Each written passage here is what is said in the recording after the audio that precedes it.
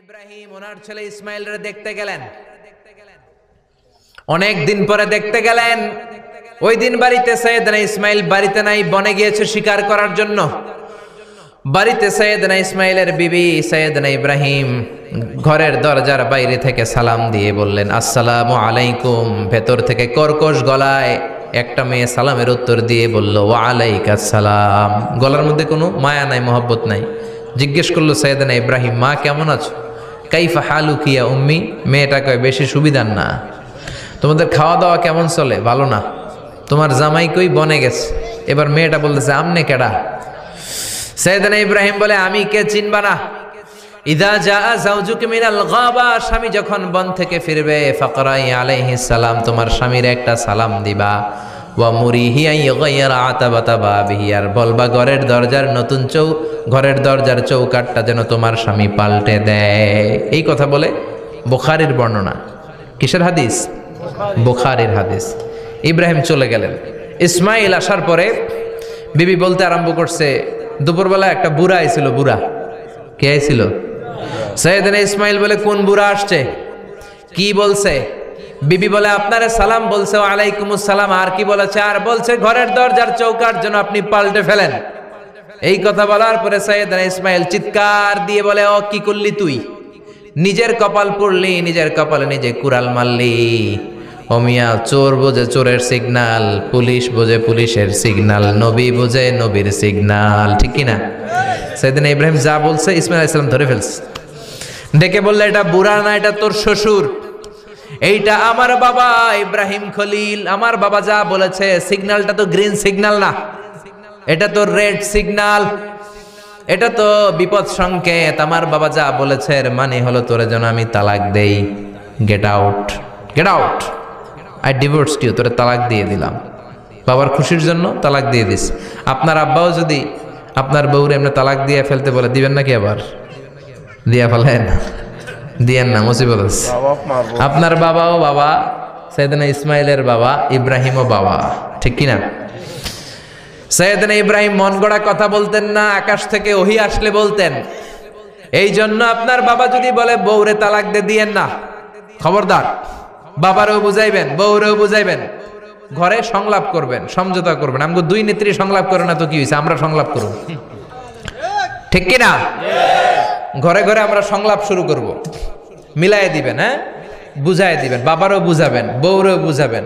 তালাক দেওয়ার ইসলামী যে সিস্টেম, এটাকেও মেনটেন করলে পৃথিবীতে কোনো তালাকই থাকবে না। ডিভোর্স রেট একেবারে কমে যাবে। এখন ঘরে ঘরে তালাক। ঠিক কিনা? তালাক দেওয়ার সিস্টেম হচ্ছে পঞ্চম স্টেপে যে তালাক, পঞ্চম ধাপে। প্রথম ধাপ হচ্ছে ফাইদুহুন্না। বউয়ের সাথে ঝগড়া হইলে ফাইদুহুন্না, বউরে কক্সবাজার বেড়াইতে নিয়ে যাও, বসুন্ধরায় শপিং করে দিবা, নানিরে লইয়া ঘুরতে যাবেন, যমুনা ফিউচার পার্কে নানিরে বেনারসি শাড়ি কিনা দিবেন, কসমেটিক্সের বক্স কিনা দিবেন। এই জন্য বললো ফাইদুহুন্না। বেপরদায় চললে ওয়াজ করবেন, নসিহত করবেন। এই জন্য বউয়ের সাথে যদি ঝগড়া হয় তালাক না। ইসলাম প্রথমে বলছে ফাইদুহুন্না, ওয়াজ করেন, বুঝান, ঘুরতে নিয়ে যান, শাড়ি কিনে দেন। এতেও যদি লাভ না হয়, ওয়াহজুরুহুন্না ফিল মাদাজি, বিছানা আলাদা করেন। বউ থাকবে এক ঘরে, আপনি থাকবেন আরেক ঘরে। হয়তো এই বিচ্ছেদের কারণে ভুল বোঝাবুঝি ভেঙে যাবে, স্ত্রী ফিরে আসবে। ঠিক কিনা? এতেও কাজ হয় না। তারপরে আল্লাহ বললেন ওয়াদ্রিবুহুন্না, এবার একটু শাসন করেন। ঘুরতে নিলেন, কাজ হয় না। শাড়ি কিনা দিলেন, কাজ হয় না। রোম আলাদা করলেন, এরপরেও কাজ হয় না। এরপর ওয়াদ্রিবুহুন্না, শাসন করেন। অনেকে এটার অর্থ করে বউরে পিটাও না, পিটানো না। বিশ্বনবী কোনোদিন বউয়ের গায়ে হাত দেয় নাই। ঠিক কিনা? এই অদ্রিবুহুন্নার শাব্দিক অর্থ হলো পিটাও, কিন্তু পারিভাষিক অর্থ হলো স্ত্রীকে একটু শাসন করো।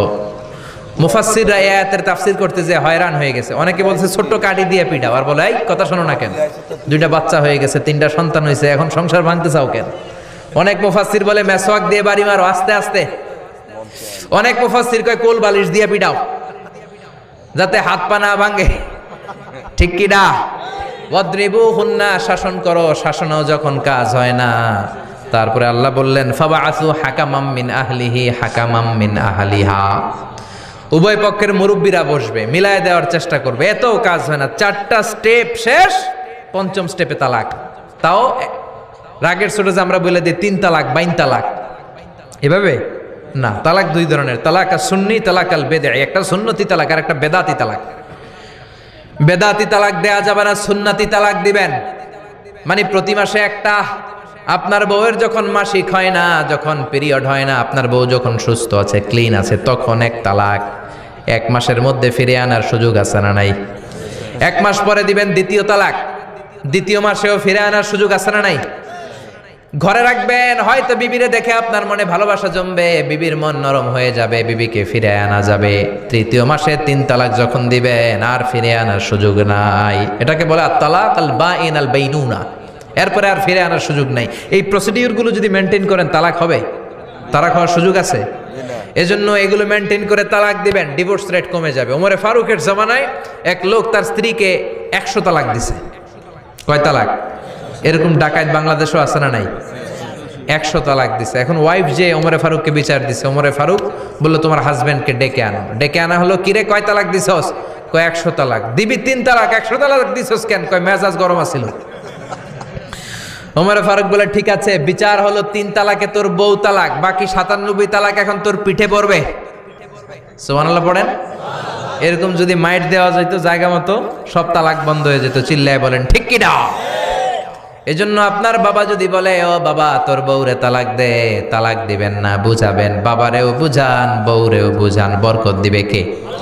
সাইয়েদনা ইব্রাহিম বললেন ঘরের দরজার চৌকাঠ পাল্টে ফেলো। মনে আছে ঘটনা? না ভুলে গেছেন বোধহয়? তালাক দিয়ে দিলেন বিবিকে। নতুন সংসার শুরু হলো। আরেকটা বংশীয় নেককার মেয়েকে বিয়ে করলেন। 3 বছর পর সাইয়েদনা ইব্রাহিম আবার বেড়াতে আসলেন। আজকেও সাইয়েদনা ইসমাইল বাসায় নাই। সাইয়েদনা ইব্রাহিম সালাম দিলেন, আসসালামু আলাইক। এবার জাদুমাখা কণ্ঠে, কুকিল কণ্ঠে, মোলায়েম কণ্ঠের একটা মেয়ে ঘরের ভেতর থেকে বলে ওয়ালাইকুমুস সালাম। ওয়ালাইকুমুস সালাম। সাইয়েদনা ইব্রাহিম বললেন কাইফা হালুকি ইয়া উম্মি, মা কেমন আছো বলো বলো। মেয়েটা বলে আলহামদুলিল্লাহি আলা কুল্লি হাল, সব অবস্থায় আলহামদুলিল্লাহ। সুবহানাল্লাহ পড়েন। সংসার কেমন চলে? কয় খুব ভালো। খাওয়া দাওয়ার অবস্থা কি? কয় আরো ভালো। এবার মেয়েটা বলে কে আপনি? এই মরুভূমির মাঝখানে রৌদ্রের মধ্যে দাঁড়িয়ে দাঁড়িয়ে কথা বলেন, কেউ তো কোনোদিন আমাদের খোঁজ নিতে আসে না, কে আপনি? ঘরে আসেন। সাইয়েদনা ইব্রাহিম বলে না, আমার পরিচয় দিব না, ঘরেও আসবো না। মেয়েটা বলে আপনি যদি ঘরে না আসেন আমি কিন্তু রাগ করব। সুবহানাল্লাহ কোন। জোর করে ঘরে নিলেন, শরবত খাওয়ালেন, খেজুর খাওয়ালেন, রুটি খাওয়ালেন, মাংস খাওয়ালেন। সাইয়েদনা ইব্রাহিমও চোখের পানি ছেড়ে দোয়া করলেন, ও মিয়া এটাও মাইয়া আগেরটাও। আহা, বেশ কম আছে না নাই? সাইয়েদনা ইব্রাহিম মাথায় হাত বুলিয়ে দিয়ে দোয়া করলেন আর বললেন ইদা জা যাওজুক মিনাল গাবা, তোমার স্বামী যখন বন থেকে ফিরে আসবে, ফাকরাই আলাইহিস সালাম, তোমার স্বামীর একটা সালাম দিবা। ওয়া মুরিহি আন ইউসবিতা আতাবাতা বাবিহি, আর বলবা ঘরের দরজার নতুন চৌকাঠ যেন জীবনেও না পাল্টায়। চলে গেলেন। ইসমাইল আসলেন। বেবি বলল নুরানি চেহারার এক আল্লাহর ওলির মতো মুরব্বী লোক আসছিল। মুরব্বী আসছে শুনে ইসমাইল তো ভয় পেয়ে গেলেন। কিরে, আগে তো একটা ঘটনা ঘটছে, ঠিক কিনা? কেমন আচরণ করেছিস বল। বিবি বলে আপনি ভয় পাবেন না, আমি খুব ভালো আচরণ করেছি, আপ্যায়ন করেছি। তিনিও খুশি হয়ে আমার মাথায় হাত বুলিয়ে দোয়া করে দিয়েছেন আর বলেছেন ঘরের দরজার নতুন চৌকাঠ যেন জীবনেও আপনি না পাল্টান। সুবহানাল্লাহ। সাইয়েদনা ইসমাইল বিবিকে জড়িয়ে ধরলেন। বিবিকে জড়িয়ে ধরে বললেন ও বিবি, তুই তো পরীক্ষায় গোল্ডেন এ প্লাস। কি এ প্লাস? যেই মুরব্বী লোকটা এসেছিল সাধারণ কোনো মানুষ নয়, তোমার শ্বশুর আমার বাবা ইব্রাহিম খালিল। আমার বাবা যেই কথা বলে গিয়েছেন, যে ইঙ্গিত দিয়েছেন, এটা তো গ্রিন সিগন্যাল। আমার বাবা বলেছেন তোমার যেন কোনোদিন তালাক না দেই, তোমার যেন ছেড়ে না দেই। এই যে তোমার হাতটা দুনিয়ার বুকে ধরলাম, জান্নাতে যেন তোমার হাত ধরেই দুজনে জান্নাতে ঢুকে যায়।